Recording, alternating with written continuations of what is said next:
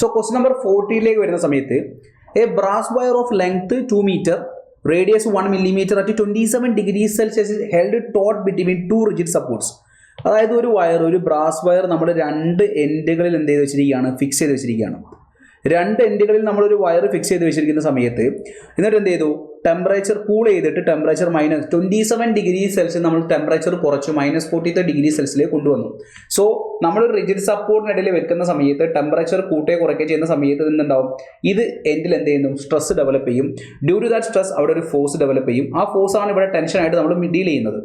So ഓർമ്മയുണ്ടോ നിങ്ങൾക്ക്, thermal stress രണ്ട് എൻഡുകൾ നമ്മൾ ഫിക്സ് ആക്കി വെച്ച് ടെമ്പറേച്ചർ കൂട്ടുകയോ കുറയ്ക്കുകയോ ചെയ്യുന്ന സമയത്ത് ഇത് അതിൻ്റെ എൻഡിൽ സ്ട്രെസ് ഡെവലപ്പ് ചെയ്യും. ആ സ്ട്രെസ് കാരണം അതിലൊരു ഫോഴ്സ് ഉണ്ടാവും. ആ ഫോഴ്സാണ് ടെൻഷൻ. അതിൻ്റെ ഇക്വേഷൻ ഓർമ്മയുണ്ടോ?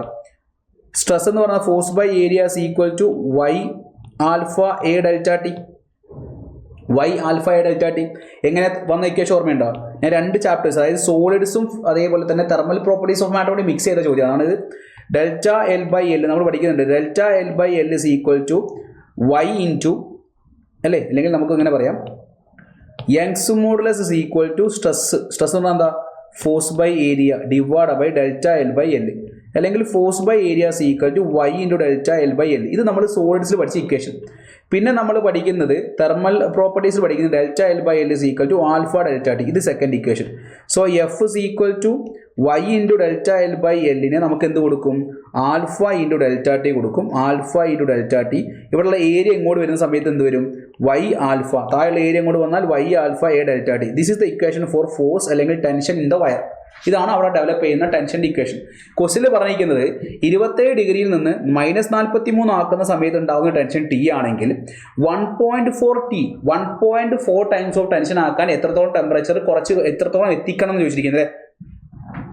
ടെൻഷൻ ഇൻ ടു 1.40 എത്രത്തോളം കൂൾ ചെയ്ത് എത്ര ടെമ്പറേച്ചർ ആകുമ്പോഴാണ് അതിൻ്റെ ടെൻഷൻ 1.4 ആവാന്ന് ചോദിച്ചിരിക്കുന്നത്. So Young's modulus of the brass wire, alpha, area ഒക്കെ സെയിം അല്ലേ. സോ ഇവിടെ ഉണ്ടാകുന്ന tension directly proportional to temperature ചേഞ്ചാണ്. ഇത് ടെമ്പറേച്ചർ ചേട്ടോ, ടെമ്പറേച്ചർ ചേഞ്ചാണ്. So first tension T divide by 1.4 T is equal to ആദ്യമുള്ള temperature T2 - T1. Final temperature -43 ആണ്, ഇനീഷ്യൽ ടെമ്പറേച്ചർ 27 ആണ്. നമുക്ക് ഫൈനൽ ടെമ്പറേച്ചർ ആണ് കണ്ടുപിടിക്കേണ്ടത്. തീറ്റ മീൻസ് 1.40 ആവാൻ വേണ്ട ടെമ്പറേച്ചർ നിങ്ങൾ ആലോചിക്കുക. -43 ആകുമ്പോൾ ടെൻഷനാണ് ടി. അപ്പോൾ തീറ്റ എത്ര വന്നാലാണ് 1.4 ടൈംസ് ടെൻഷൻ ആവാന്ന് ചോദിച്ചിരിക്കുന്നത്. സോ തീറ്റ -27 വരും.